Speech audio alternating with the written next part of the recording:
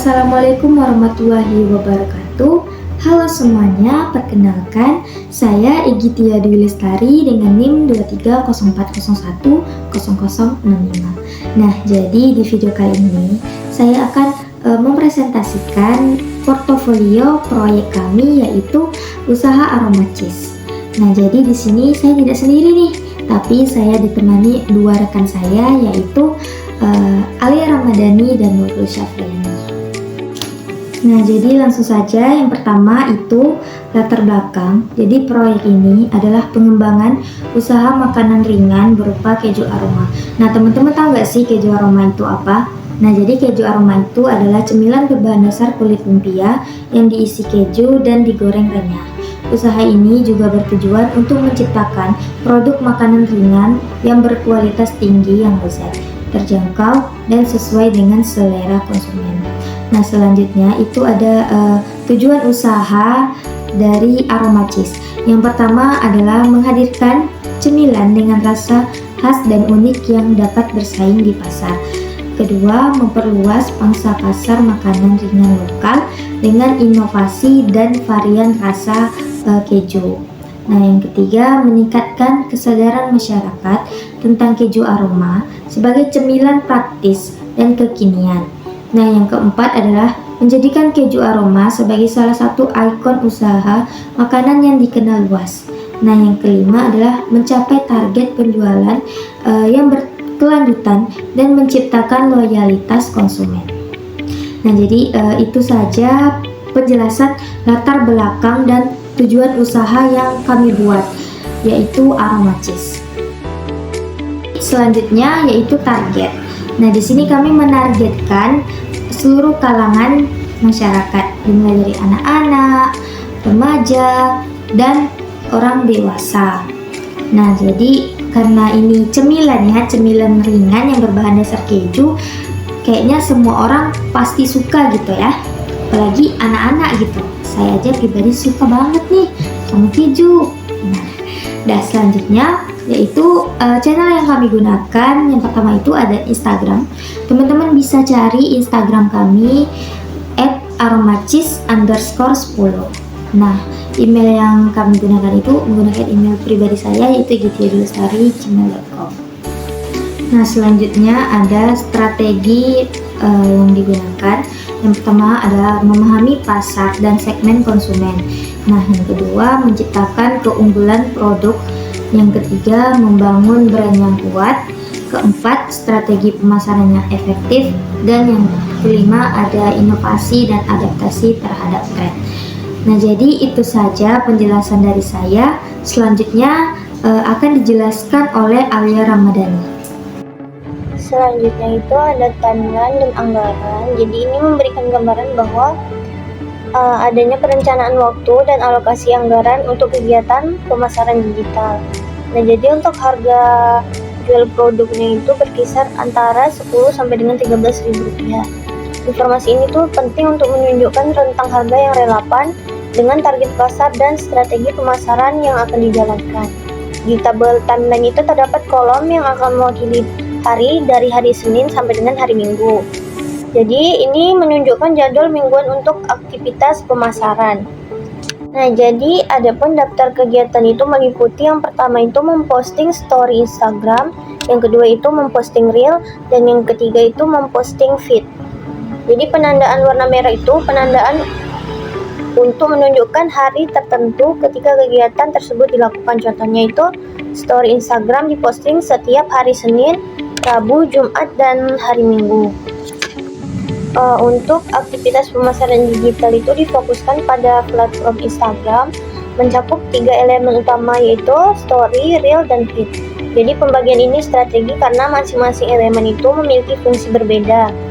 Untuk yang pertama itu story, jadi untuk itu elemennya itu cepat dan promosinya yang sangat singkat. Dan yang kedua itu ada reel, untuk konten yang lebih kreatif dan potensial mendapatkan audiens lebih luas. Dan yang ketiga itu feed, itu untuk membangun estetika dan citra merek secara konsisten.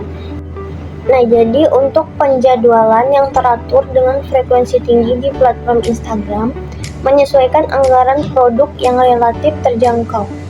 Strategi ini dapat membantu meningkatkan kesadaran merek atau brand tanpa memerlukan biaya pemasaran yang terlalu besar. Selanjutnya itu ada implementasi yang merupakan bagian dari portofolio bisnis. Jadi ini menggambarkan tahap eksekusi strategi pemasaran digital dan hasil yang telah dicapai. Dari tabel data implementasi itu memuat 3 aspek, terutama dari strategi pemasaran digital yang diukur, yaitu jumlah followers Instagram, tingkat keterlibatan, dan traffic website. Berikut penjelasan tiap aspek. Jadi jumlah followers Instagram itu targetnya adalah 100 followers. Tetapi di pencapaiannya itu hanya terdapat 30 followers, yaitu presentasi pencapaian itu adalah 30%. Dari target ini menunjukkan strategi awal untuk membangun audiens meskipun hasilnya baru mencapai 30% dari target. Jadi tingkat keterlibatan itu ada target dengan persentase 3%, pencapaiannya itu 30%, persentase pencapaian itu 1%. Jadi perhitungan ini memungkinkan menunjukkan ketidaksesuaian data, sehingga perlu dievaluasi lebih lanjut apakah pencapaian engagement sudah benar dihitung atau ada kendala dalam strategi konten.